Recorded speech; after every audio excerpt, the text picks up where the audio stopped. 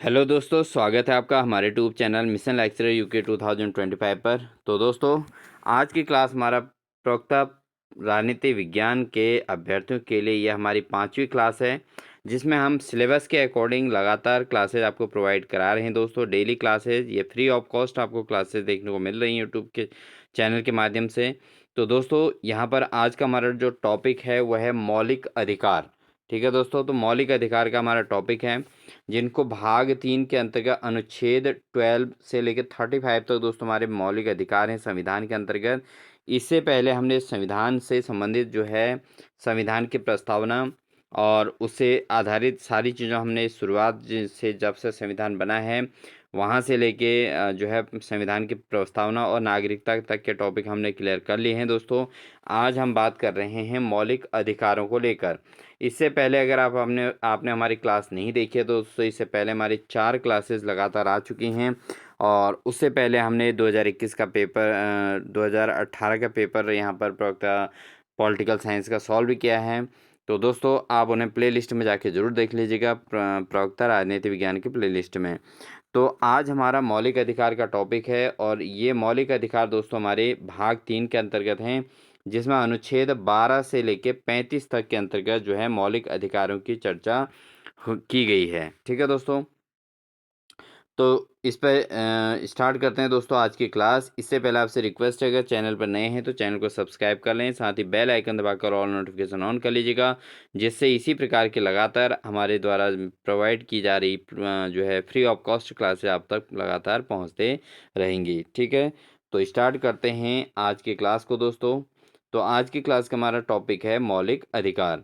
तो मौलिक अधिकार की हम बात करें तो दोस्तों, राज्य के अंतर्गत इसके पहले बात कही गई राज्य की, तो राज्य इसके अंतर्गत भारत सरकार और संसद तथा राज्यों में से प्रत्येक राज्य की सरकार और विधानमंडल भारत के राज्य क्षेत्र के भीतर या भारत सरकार के नियंत्रण के अधीन सभी स्थानीय और अन्य प्राधिकारी आते हैं।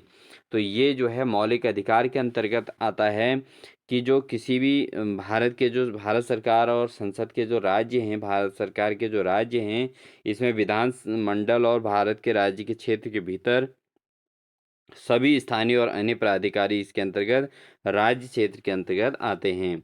इसके अंतर्गत दोस्तों मौलिक अधिकार संयुक्त राज्य अमेरिका के संविधान के अधिकार पत्र बिल ऑफ राइट्स से लिए गए हैं। इस पर हमने कल चर्चा की थी। तो संविधान के बिल ऑफ राइट्स के अंतर्गत से जो है मौलिक अधिकारों को लिया गया था। और मौलिक अधिकारों में जो संशोधन की जो बात कही गई थी दोस्तों, इसको भी हमने बेसिक स्ट्रक्चर के तौर पे ये कहा गया था कि मौलिक अधिकारों में संशोधन तो किया जा सकता है, लेकिन मूल ढांचे को परिवर्तन नहीं किया जा सकता। तो ये थी हमारी कल के क्लास की बात। और इसमें हमने चर्चा की थी कि पहला संविधान संशोधन शंकरी प्रसाद बनाम भारत संघ पर चर्चा कर चुके हैं। और उसके अलावा गोलकनाथ बनाम पंजाब राज्य कर चुके हैं। 24वां संविधान संशोधन पर चर्चा कर चुके हैं। केशवानंद भारती बनाम केरल राज्य, ये हमारे पिछली क्लास में हो चुका है दोस्तों। ठीक है, आज हम इसी क्लास में 42वें संविधान संशोधन पर हमारी चर्चा हो चुकी थी। अब बात करेंगे आज हम मूल अधिकारों का वर्गीकरण। तो मूल अधिकारों का जो वर्गीकरण हुआ था दोस्तों, वो किस आधार पर हुआ था? तो संविधान में जो मूल अधिकारों को 6 शीर्षों में विभाजित किया गया था दोस्तों। ठीक है, मूल अधिकार जो थे इनको 6 शीर्षों में विभाजित किया गया है। मूल संविधान में 7 शीर्ष थे। इसमें एक संपत्ति के अधिकार, जिसमें हमने कल की क्लास में चर्चा की थी दोस्तों कि संपत्ति के अधिकार को 44वें संविधान संशोधन के अंतर्गत 1979 को इसको जो है संपत्ति के अधिकार को हटा दिया गया था दोस्तों। ठीक है, इससे पहले नहीं तो संपत्ति के अधिकार को भी मूल अधिकार के अंतर्गत जोड़ा गया था कि कोई भी व्यक्ति जैसे कितना भी कमा रहा हो, कितना भी कैसे भी कमा रहा हो, किसी भी तरीके से कमा रहा हो, लेकिन उसको अधिक से अधिक जितना भी संपत्ति वो रखना चाहे रख सकता है। तो ये संपत्ति का अधिकार था। लेकिन 44वें संविधान संशोधन में जो है देश में किसी भी व्यक्ति के पास संपत्ति के अधिकार को जो है हटा दिया गया था। ठीक है, इसको मूल अधिकार के अंतर्गत हटा दिया गया था। यानी कि संपत्ति जो है एक जो है लिमिट के अंदर, यानी कि उसके वर्क और उसके अकॉर्डिंग जो है उसको संपत्ति रखने का अधिकार दिया गया है दोस्तों। ठीक है, तो बढ़ते हैं आगे। अब दोस्तों बात करते हैं मूल अधिकार हैं क्या। मुख्यतः मूल अधिकार टोटल 6 हैं दोस्तों अभी। और ये 6 मूल अधिकारों में सबसे पहले समता का अधिकार, ये अनुच्छेद 14 से लेकर 18 तक हैं। उसके अलावा स्वतंत्रता का अधिकार अनुच्छेद 19 से लेके 1922, ठीक है, 19 से लेके 22 तक। शोषण के विरुद्ध जो अधिकार है दोस्तों 23 और 24 में शोषण के विरुद्ध अधिकार है अनुच्छेद 23 और 24 में। धार्मिक स्वतंत्रता का अधिकार दोस्तों 25 से 28 के बीच है। और संस्कृति और शिक्षा संबंधी अधिकार अनुच्छेद 29 और 30 में है। संविधानिक उपचारों का अधिकार दोस्तों अनुच्छेद 32 के अंतर्गत रखा गया है। तो इस तरीके से अनुच्छेद 14 से लेकर अनुच्छेद 32 तक दोस्तों ये जो हैं मूल अधिकार इसके अंतर्गत रखे गए हैं। तो एग्जाम में कभी पूछा जाता है कि शोषण के विरुद्ध अधिकार जो है ये अनुच्छेद किस अनुच्छेद में है, तो ये अनुच्छेद 23 और 24 के अंतर्गत शोषण के विरुद्ध अधिकार को दर्शाया गया है दोस्तों। धार्मिक स्वतंत्रता का अधिकार 25-28 में है। संस्कृत और शिक्षा संबंधी अधिकार 29-30 में है। और संवैधानिक उपचारों का अधिकार दोस्तों अनुच्छेद 32 के अंतर्गत है दोस्तों, ठीक है। तो यहाँ तक जो है आपको ये कॉन्सेप्ट क्लियर हो जाना चाहिए दोस्तों, ठीक है। बढ़ते हैं आगे। तो सबसे पहले बात करते हैं दोस्तों समता का अधिकार यानी कि राइट ऑफ इक्वलिटी, ठीक है। तो इक्वलिटी का जो राइट है उस पर चर्चा करते हैं कि किन अर्थों में जो है इक्वलिटी के राइट को जो है रखा गया है। तो दोस्तों यहाँ पर विधि के समता जो समक्ष क्षमता का अधिकार है, ठीक है, विधि के समक्ष समता का अधिकार राइट और इक्वलिटी है जो दोस्तों इसके अनुसार राज्य भारत के राज्य क्षेत्र में किसी व्यक्ति को विधि के समक्ष क्षमता से या विधियों के समान संरक्षण से वंचित नहीं करेगा। तो पहली बात तो यह है कि सबको न्याय के मामले में सबको समानता का अधिकार है, ये अनुच्छेद 14 के अंतर्गत स्पष्ट कह दिया गया है दोस्तों, ठीक है। तो उसको किसी भी व्यक्ति को विधियों के समान संरक्षण से वंचित नहीं किया जा सकता, ठीक है, ये अनुच्छेद 14 में कह दिया गया है। दूसरा है धर्म, मूल, वंश, जाति, लिंग और जन्म के आधार पर विभेद का जो है प्रतिषेध किया गया है इसमें। तो यहाँ पर जाति धर्म का कोई रोल नहीं रहेगा और इसके आधार पर विभेद नहीं किया जा सकता दोस्तों, ठीक है, ये बात इसमें कही गई है। इसके अनुसार राज्य किसी धर्म, वंश, जाति, लिंग, जन्म के आधार पर किसी नागरिक से भेदभाव नहीं करेगा ना। तो इसमें क्या है कि लिंग, जाति और जन्म के आधार पर जो है नागरिक से भेदभाव नहीं किया जा सकता। किसी नागरिक को उपरोक्त आधार पर किसी भी स्थान घर जाने से रोका नहीं जाएगा, लेकिन राज्य स्त्रियों और बच्चों के लिए विशेष उपबंध कर सकता है, ठीक है। तो ये जो है किसी भी नागरिक को इस आधार पर किसी भी स्थान से मतलब घर जाने से रोका नहीं जाएगा, लेकिन राज्य स्त्रियों और बच्चों के लिए विशेष उपबंध कर सकता है, मतलब उनके लिए जो है उस स्थिति को उपबंधित कर सकता है दोस्तों, ठीक है। बढ़ते हैं दोस्तों आगे। लोक नियोजन के विषय में अवसर की समता, ठीक है। तो अनुच्छेद 16 के अंतर्गत बात कही गई है कि राज्य के अधीन नियोजन में सभी नागरिकों के लिए अवसर की समानता होगी। तो राज्य के अंदर जो नियोजन की स्थिति है तो उस स्थिति में नागरिकों के लिए अवसर समान होंगे, सबके लिए समान अवसर होंगे। अनुच्छेद 16 के 3 के तहत राज्य किसी विशेष पद हेतु नियोजन में किसी क्षेत्र विशेष में अधिवास की अर्हता के रूप में घोषित कर सकता है, ये बात इसमें कही गई है। इसके अलावा अनुच्छेद 16(4) के अनुसार पिछड़े वर्ग को पर्याप्त प्रतिनिधित्व देने के लिए आरक्षण का उपबंध भी किया गया है दोस्तों, ठीक है। तो पिछड़े वर्ग के लिए आरक्षण का उपबंध 16(4) के अंतर्गत कहा गया है और ये समानता लाने के लिए ये आरक्षण की व्यवस्था की गई है।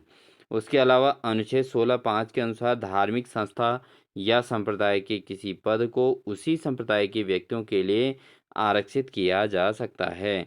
तो किसके अंतर्गत ये बात कही गई दोस्तों, अनुच्छेद 16(5) के अंतर्गत धार्मिक संस्था या संप्रदाय के किसी पद को उसी संप्रदाय के व्यक्तियों के लिए आरक्षित किया जा सकता है। तो धार्मिक संस्था और संप्रदाय के किसी पद के लिए जो है अगर कोई किसी धार्मिक संस्था या संप्रदाय से है और उसके किसी पद या को उसी संप्रदाय के व्यक्ति के लिए आरक्षित किया गया है दोस्तों, ठीक है। तो ये भी एक स्वतंत्रता दी गई है दोस्तों। अगले फंडामेंटल राइट की हम बात करें दोस्तों, यहाँ पर है राइट ऑफ फ्रीडम यानी कि स्वतंत्रता का अधिकार, जो हमारा दूसरा मूल अधिकार है दोस्तों, ठीक है, मौलिक अधिकार के अंतर्गत आता है स्वतंत्रता का अधिकार। अब देखिए समता का अधिकार पर हमने चर्चा की कि समता में क्या है कि सभी को समानता का भाव है, चाहे किसी जाति धर्म भेद ना हो, और सबको न्याय की व्यवस्था का अधिकार है, न्याय लेने का अधिकार है। और किसी भी अगर किसी संप्रदाय का व्यक्ति है तो उसके पद पर उसी संप्रदाय के व्यक्ति को आसीन करने का अधिकार भी प्राप्त है। ठीक है दोस्तों, तो ये बात आपकी समझ में आ गई। अब बढ़ते हैं दोस्तों आगे, स्वतंत्रता के अधिकार की बात करें तो वाक स्वतंत्रता आदि विषय कुछ अधिकारों का संरक्षण, ठीक है, अनुच्छेद 19 के अंतर्गत। इस अनुच्छेद के दो भाग हैं दोस्तों, अनुच्छेद 19 के अंतर्गत इसके दो भाग हैं। पहला भाग है जिसमें अधिकारों की घोषणा है, और दूसरे भाग में क्या है, मर्यादाएं दी गई हैं जो अधिकारों पर लगाई जा सकती हैं। ठीक है, तो एक तो अधिकारों की घोषणा और दूसरा मर्यादाएं। ठीक है, अनुच्छेद 19 में 6 प्रकार की स्वतंत्रताओं का उल्लेख किया गया है दोस्तों। आप स्वतंत्रता के अधिकार के भी 19 के अंतर्गत 6 प्रकार की स्वतंत्रताएं मुख्यतः हैं। तो क्या क्या हैं दोस्तों, इनको समझना जरूरी है। एक तो वाक एवं अभिव्यक्ति की स्वतंत्रता, यानी कि कोई भी बोलने का जो है, बोलने की और अपनी बातों को अभिव्यक्त करने की जो है आज़ादी दी गई है भारत के अंतर्गत। ठीक है, भारतीय संविधान में। दूसरा, शांतिपूर्वक और निरायुध सम्मेलन का अधिकार है। शांतिपूर्वक कोई भी सम्मेलन किया जा सकता है बिना कोई विवाद के। ठीक है। दूसरा, समुदाय बनाने की स्वतंत्रता, समुदाय बनाने की स्वतंत्रता दी गई है। चौथा है भारत के राज्य क्षेत्र में सर्वत्र अबाध संचरण का अधिकार, यानी कि भारत के किसी भी राज्य में जो है संचरण का अधिकार दिया गया है, यानी कि कोई भी घूमने फिरने किसी भी राज्य में जा सकता है आसानी से। उसके अलावा कोई भी वृत्ति व्यापार या कारोबार करने का अधिकार है। तो संविधान के अंतर्गत जो है किसी भी प्रकार की वृत्ति या कोई भी प्रकार का व्यापार करना हो, मतलब वित्त संबंधी कोई भी कार्य हो, कोई व्यापार हो, कोई भी कारोबार करना हो, तो उसको करने का अधिकार हर नागरिक को, देश के हर नागरिक को है। कोई भी वृत्ति व्यापार या कारोबार करने का अधिकार यहाँ पर दिया गया है दोस्तों। ठीक है, तो ये जो है अधिकार इसके अंतर्गत आते हैं जिनको हम स्वतंत्रता का अधिकार कहते हैं दोस्तों। अनुच्छेद 19 में मूलतः 7 अधिकार थे। ठीक है दोस्तों, अनुच्छेद 19 में कितने अधिकार थे, टोटल 7 थे। किंतु संपत्ति को खरीदने, अधिग्रहण करने और बेचने के अधिकार को जो है 44वें संविधान संशोधन अधिनियम 1978 द्वारा यहाँ पर समाप्त कर दिया गया। तो यहाँ पर जो मूलतः अधिकार रखे गए अब 6 हैं। तो संपत्ति के को खरीदने और अधिग्रहण करने, बेच देने का अधिकार जो है, ये संविधान संशोधन के अंतर्गत 1978 में समाप्त कर दिया, क्योंकि वहाँ पर संपत्ति के अधिकार को हटा दिया गया दोस्तों। ठीक है, उसके अलावा प्रेस की स्वतंत्रता का अधिकार अनुच्छेद 19(1) के अंतर्गत माना जाता है कि इसके अलग से उल्लेख नहीं है। ठीक है, जो प्रेस का अधिकार है वो कहाँ है दोस्तों, अनुच्छेद 19(1) के अंतर्गत, और इसका कोई अलग से उल्लेख और नहीं किया गया है दोस्तों। ठीक है, उसके अलावा दोस्तों अपराधियों को के लिए दोष सिद्ध के संबंध में संरक्षण, अनुच्छेद 20। अगर कोई भी अपराधी अपने दोष को जो है सिद्ध करता है कि वो निर्दोष है करके, या उसको, उस अपराधी को दोष सिद्ध करने के लिए जो है यहाँ पर संबंध में संरक्षण का अधिकार भी इसमें दिया गया है दोस्तों। ठीक है, तो इससे आधारित संरक्षण का अधिकार दिया गया है। इस अनुच्छेद में 3 खंड हैं। प्रत्येक खंड अपराधों के लिए दोषों को दोष सिद्ध के संबंध में संरक्षण प्रदान करता है। तो किसके अंतर्गत है दोस्तों, ये अनुच्छेद 20 के अंतर्गत। इसको आप याद रखिएगा कि अनुच्छेद 20 के अंतर्गत दोस्तों क्या है, अनुच्छेद 20 के अंतर्गत दोस्तों दोष सिद्ध के संबंध में संरक्षण अपराधों के लिए। ठीक है, इसको नोट कर लीजिएगा। इसके अलावा है दोस्तों प्राण और दैहिक स्वतंत्रता का संरक्षण, अनुच्छेद 21 के अंतर्गत दोस्तों नई बात क्या है कि किसी व्यक्ति को उसके प्राण या दैहिक स्वतंत्रता से विधि द्वारा स्थापित प्रक्रिया के अनुसार ही वंचित किया जाएगा, अन्यथा नहीं किया जाएगा। ठीक, सर्वोच्च न्यायालय ने मेनका गांधी बनाम भारत संघ 1978 मामले में यह कहा कि किसी व्यक्ति को उसके प्राण एवं दैहिक स्वतंत्रता से वंचित किए जाने संबंधी प्रक्रिया उचित, ऋजु और युक्ति संगत होना चाहिए। तो किसने कहा था, ये मेनका गांधी बनाम भारत संघ 1978 में ये मामले को कहा गया था दोस्तों, कि किसी व्यक्ति को उसके प्राण और दैहिक स्वतंत्रता से वंचित किए जाने संबंधी प्रक्रिया उचित, ऋजु और युक्ति संगत होना चाहिए। ठीक है,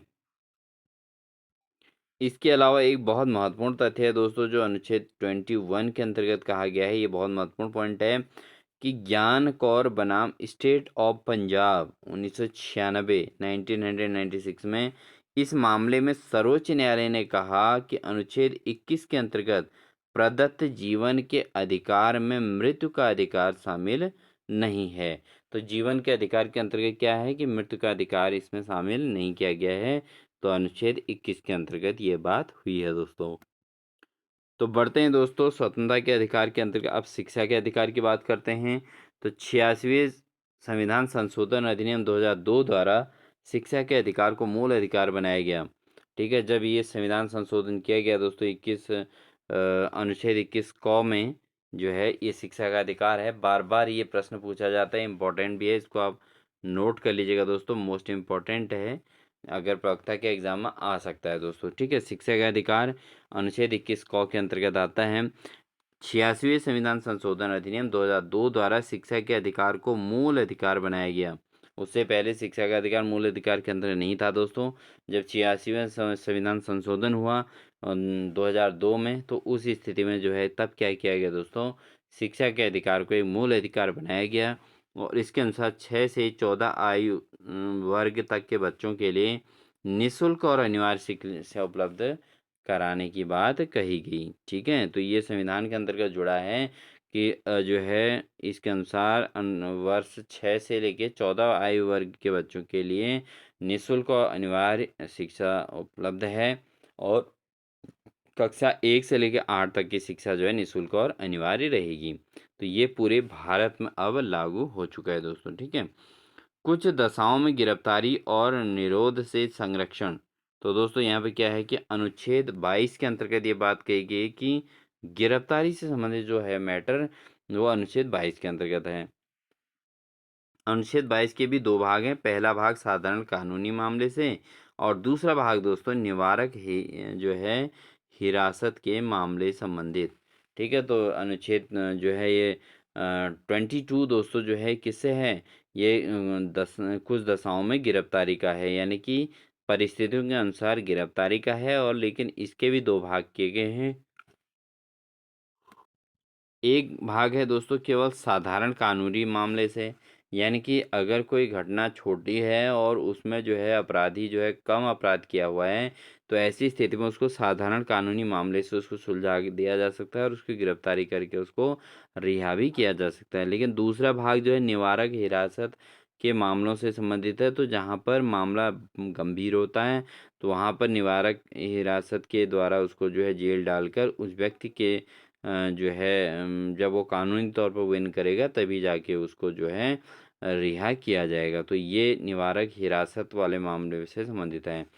तो इस अनुच्छेद के अनुसार जब कोई व्यक्ति साधारण कानून के तहत गिरफ्तार किया जाता है तो उसे क्या-क्या होता है दोस्तों, इसे समझिए बहुत आसान से लैंग्वेज में आपको समझा रहे हैं। तो अगर कोई व्यक्ति साधारण तरीके से साधारण मामले में गिरफ्तार किया जाता है, तो उसे गिरफ्तार करने के आधार और कारणों से परिचित कराया जाना चाहिए और उसके आधार पर उसे गिरफ्तार किया जाना चाहिए। यानी कि अगर किसी व्यक्ति को गिरफ्तार करने जा रही है पुलिस, तो उसको पहले उसको परिचय कराया जाएगा कि आपकी गिरफ्तारी का कारण क्या है। ठीक है, तो उसके बाद फिर उसको गिरफ्तार किया जाएगा।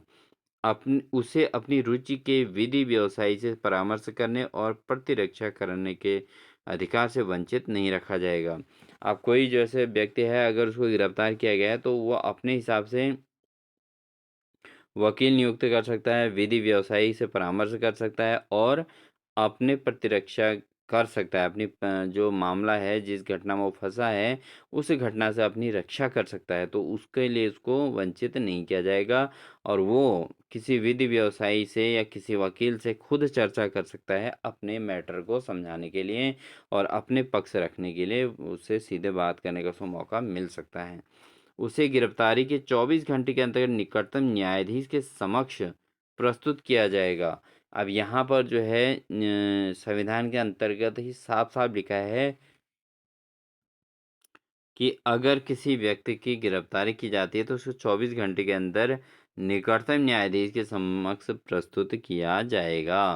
ठीक है, यह संरक्षण विदेशी शत्रु निवारक निरोध के अंतर्गत गिरफ्तार व्यक्ति को प्राप्त नहीं होगा। ये बात इन्होंने स्पष्ट कर दी। ठीक है दोस्तों। आगे कहते हैं कि अनुच्छेद 22 का दूसरा भाग दोस्तों किससे संबंधित है? ये निवारक निरोध से संबंधित प्रावधानों का उल्लेख करता है। यह उन व्यक्तियों की सुरक्षा प्रदान करता है जिन्हें दंड विषयक कानून के अंतर्गत गिरफ्तार किया गया है। यह सुरक्षा नागरिक और विदेशी दोनों में उपलब्ध है। तो दोस्तों अगर किसी व्यक्ति को जो है गिरफ्तार किया जाता है तो उसके बाद उसके फैमिलियर या उसके जो भी उसके परिचित हों उसको रिहा करने के लिए उसके हिसाब से वो कार्रवाई कर सकते हैं। और यह जो है किसी देश के नागरिक हो चाहे विदेशी हो, दोनों में एक ही इसमें लागू किया गया है दोस्तों।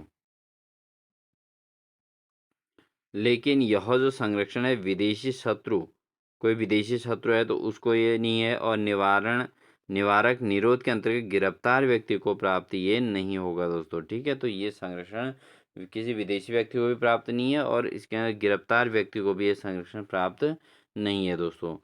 अनुच्छेद 22 का जो दूसरा भाग है दोस्तों, निवारक निरोध से संबंधित प्रावधानों का उल्लेख करता है। यह उन व्यक्तियों की सुरक्षा प्रदान करता है जिन्हें दंड विषय कानून के अंतर्गत गिरफ्तार किया गया हो। यह सुरक्षा नागरिक और विदेशी दोनों के लिए उपलब्ध है। इस पर हम चर्चा कर चुके हैं दोस्तों। इसके अलावा दोस्तों निवारक निरोध के अंतर्गत किसी व्यक्ति को 3 माह से अधिक के लिए निरुद्ध नहीं किया जाएगा। ठीक है, तो ऐसा नहीं कि उसको बहुत ज़्यादा समय के लिए वो रखना है। उसको 3 माह से अधिक के लिए निरुद्ध नहीं किया जाएगा। लेकिन यदि संबंधित व्यक्ति को 3 माह से अधिक अवधि तक रखना आवश्यक है, तो उसके लिए सलाहकार बोर्ड की संस्तुति अनिवार्य होगी। ठीक है दोस्तों, तो इसके लिए जो सलाहकार बोर्ड है दोस्तों, उसे संस्तुति लेकर उसको 3 माह से अधिक के लिए भी रखा जा सकता है। सलाहकार बोर्ड का गठन उच्च न्यायालय के वर्तमान तथा मूलभूत जो भूतपूर्व न्यायाधीश अथवा समकक्ष योग्यता रखने वाले व्यक्तियों से मिलकर होगा। इस बोर्ड द्वारा यह इस आशय की संस्तुति देने के बाद ही गिरफ्तारी की अवधि 3 माह से अधिक अवधि के लिए बढ़ाई जाएगी। तो उसके बाद जो गिरफ्तारी की अवधि है 3 माह के लिए बढ़ाई जा सकती है दोस्तों। ठीक है। अब बात करते हैं जो संसद द्वारा जो बनाए गए निवारक निरोध कानून है दोस्तों, उन पर हम चर्चा करते हैं। तो संसद द्वारा जो निवारक निरोध कानून बनाए हैं, एक तो निवारक निरोध कानून 1950 है दोस्तों ये, और दूसरा आंतरिक सुरक्षा अधिनियम MISA ये 1971 है। विदेशी मुद्रा संरक्षण एवं तकनीक निवारक अधिनियम दोस्तों ये 1974 में बना है। COFEPOSA, ठीक है, इसको 1974 में बनाया है। उसके अलावा आतंकवादी और विध्वंसकारी क्रियाकलाप निवारण अधिनियम TADA 1985, इसे 1985 में ही समाप्त भी कर दिया गया था दोस्तों। ठीक है, उसके अलावा जो आतंकवाद निवारक जो अधिनियम पोटा, इसको जो है 2004 में निरस्त कर दिया जाता। तो आतंकवाद को बिल्कुल भी शरण नहीं दिया गया है दोस्तों हमारे संविधान के अंतर्गत। तो इसलिए जो है इन चीज़ों को दोनों को दोस्तों 1985 में ही हटा दिया गया था। तो दोस्तों ये थी हमारी आज की क्लास। आई होप आपको हमारी क्लास अच्छी लगी होगी। आपको हमारी क्लास अच्छी लगी तो वीडियो को लाइक ज़रूर कर दीजिएगा, साथ ही अपने दोस्तों को शेयर ज़रूर कर दीजिएगा। और साथ ही दोस्तों अगर चैनल पर नए हैं तो चैनल को सब्सक्राइब करके बेल आइकन दबाकर ऑल नोटिफिकेशन ऑन कर लीजिएगा, जिससे इसी प्रकार की लगातार क्लासेज आपको हमारे द्वारा मिलती रहेंगी और उसका नोटिफिकेशन आप तक आता रहेगा। दोस्तों हमारी जो ये क्लास है पॉलिटिकल साइंस की रेगुलर क्लास होने वाली है, और इसका एक नियमित निर्धारित समय हम इसमें रखने वाले हैं, और जल्द ही आपको इसका निर्धारित समय का नोटिफिकेशन आपको आपके जो है नोटिफिकेशन के माध्यम से आपको मिल जाएगा पोस्ट के अकॉर्डिंग। ठीक है दोस्तों, तो इसलिए आप जो है बेल आइकन दबाकर ऑल नोटिफिकेशन ऑन कर लीजिएगा, जिससे आपको लगातार फ्री ऑफ कॉस्ट हमारी ये पॉलिटिकल साइंस के डेली की क्लास आपको देखने को मिलेगी। साथ ही हफ्ते में हम इसको 1 या 2 दिन इससे रिलेट जिस टॉपिक को पढ़ाया होगा उससे संबंधित MCQ के द्वारा आपके प्रैक्टिस को मजबूती प्रदान करेंगे, जिससे आपको एग्ज़ाम के लिए आप एक नियमित समय के अंतर्गत क्वेश्चन सॉल्व करने की हैबिट आपके अंदर डेवलप होती रहेगी, और आप जो है प्रवक्ता मुख्य परीक्षा में जो है पॉलिटिकल साइंस के इस एग्ज़ाम को आसानी से क्रैक कर पाएंगे। तो दोस्तों ये थी हमारी आज की क्लास। मिलते हैं आपको एक नेक्स्ट बेहतरीन क्लास के साथ। तब तक के लिए चैनल पर नए हैं तो चैनल को सब्सक्राइब करके बेल आइकन दबाकर ऑल नोटिफिकेशन ऑन कर लीजिएगा। मिलते हैं आपको नेक्स्ट बेहतरीन क्लास के साथ, तब तक के लिए wish you all the best.